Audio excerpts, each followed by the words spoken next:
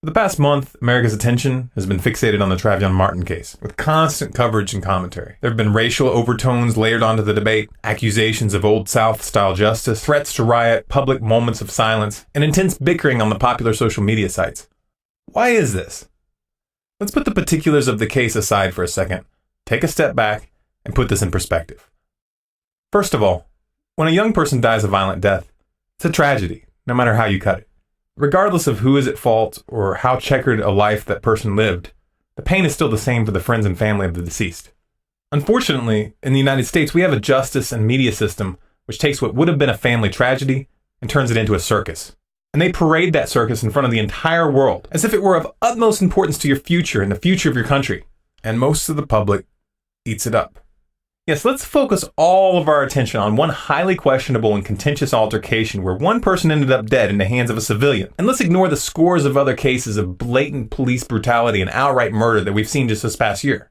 How about the Dorner case, where the LAPD finally admitted that they set fire to the house he was in intentionally, burning the man alive? Of course, they denied it at first, but they were caught in audio recordings, and they were forced to change their story. The officers responsible didn't get charged. There was no trial. The media didn't focus your attention there. Why not? Why didn't they turn the Dorner case into a circus? Why didn't they hound the officers responsible and dig into the particulars of that case? Why didn't the media make it into a scandal when during the Dorner manhunt, the LAPD opened fire without warning on a pickup truck, hitting 71-year-old Emma Hernandez in the back and injuring 47-year-old Maggie Carranza with flying glass? Why didn't the mainstream media so much as bat an eye when the FBI brutally murdered a friend of the Tsarnaev brothers, Ibrahim Tadoshev, who was unarmed at the time, shooting him 6 times in the body and once to the top of the head? I'll tell you why. Because these cases would unite the people against the corrupt police state that's being set up right now, while the Trayvon Martin case divides people. And that's what they want. They want you divided. That's what this comes down to, folks. Like it or not, the media is playing you like a fiddle, stirring up your emotions, turning you against each other, and distracting you from what's really going on.